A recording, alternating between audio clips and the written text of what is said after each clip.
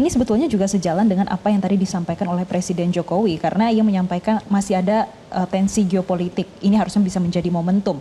Kemudian ada ancaman cyber. Nah Mas, tadi kalau kita lihat dalam parade, ini juga ada banyak sekali drone diterbangkan.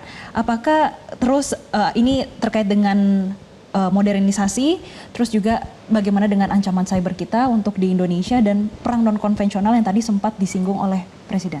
Ya, Presiden hari ini pidatonya dikit kayaknya. Mungkin karena 2 minggu lagi mau berakhir ya. Nah, buat saya begini, sekarang kita sudah masuk mungkin the 4th generation of warfare, bahkan mungkin udah kelima itu. Jadi ada generasi perang 1, 2, 3, dan 4. Nah sekarang udah ada generasi perang yang baru, generasi 4 dan kelima, yang orang bicara tentang asymmetric warfare gitu. Salah satu isu tentang cyber defense dan lain sebagainya. Memang negara-negara tertentu gitu, seperti Australia, Amerika, dan beberapa negara Eropa menganggap isu ancaman cyber menjadi penting dalam buat mereka, sehingga mereka membangun kekuatan divisi, misalnya kekuatan kesatuan tertentu khusus cyber defense buat militer mereka untuk mengantisipasi ancaman perang cyber tadi itu. Indonesia dalam melihat dinamika hal tersebut tentu juga wajar jika militer memastikan untuk mengantisipasi persoalan ancaman cyber tadi. Tapi perlu bikin matra keempat. Nah itu yang saya bingung, apakah perlu sampai matra baru gitu, ataukah menulis cukup unit kesatuan khusus di Mabes TNI yang fokusnya untuk mengatasi ancaman cyber defense. Menurut saya itu kebutuhannya harus dihitung secara kalkulatif seberapa serius buat Indonesia persoalan ini. Apakah sampai membuat angkatan keempat gitu, ataukah cukup dalam level di Mabes TNI. Buat saya sih sampai sekarang sebenarnya nggak, angkatan keempat ini maksudnya dalam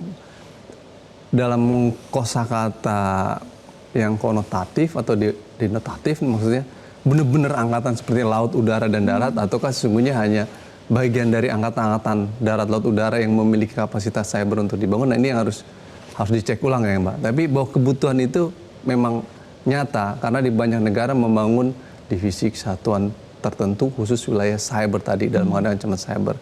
Cuman catatannya buat Indonesia, apa itu Mas? Kalau orientasi pertahanannya masih inward looking, maka ancaman cyber yang dipersepsikan akhirnya adalah menghadapi warganya sendiri. Yang terjadi adalah ancaman terhadap kebebasan sipil gitu loh. Nah, tapi kalau perspektif orientasi pertanyaan menjadi outward looking, maka isu cyber lebih banyak berbicara bagaimana mengantisipasi, menempatkan kekuatan militer dalam menghadapi ancaman cyber itu untuk menjaga kedaulatan teritorial Indonesia, benar-benar untuk fungsi pertahanan, bukan untuk misalkan memata-matai warganya ataupun lain sebagainya. Ini yang saya katakan orientasi pertahanan akan merubah cara berpikir kita dalam mentransformasi pertahanan. Apakah pengen terus cawe-cawe senang dengan menghadapi persoalan di dalam negeri, ataukah lebih banyak persoalan ke luar negeri. Nah ini yang jadi PR gitu.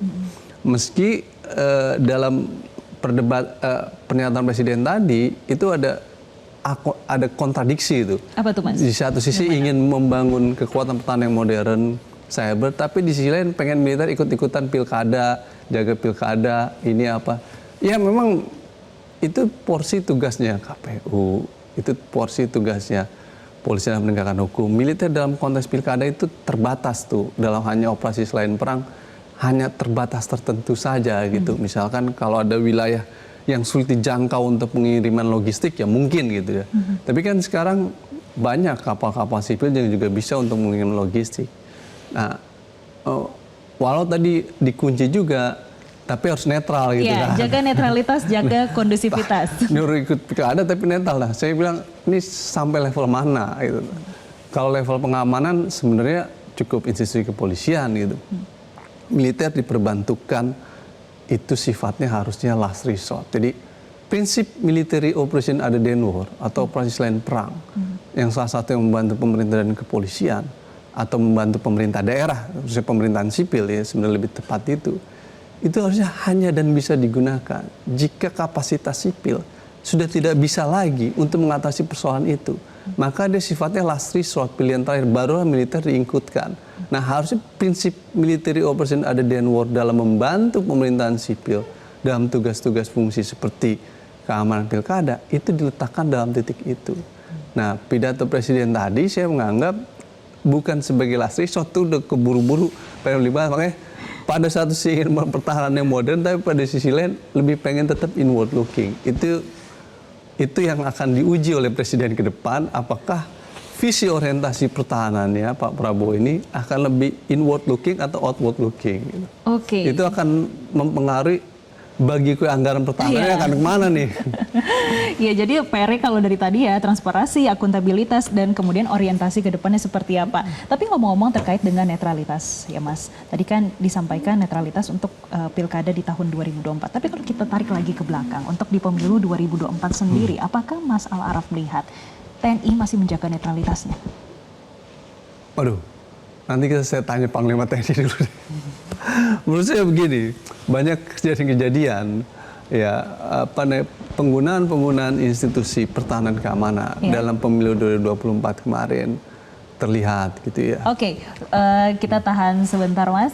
Kita akan menyaksikan kembali terkait dengan perayaan HUT TNI ke-79 di Monas, Jakarta Pusat. Dan nanti kita akan lanjutkan lagi ya Mas ya terkait dengan dialog tersebut.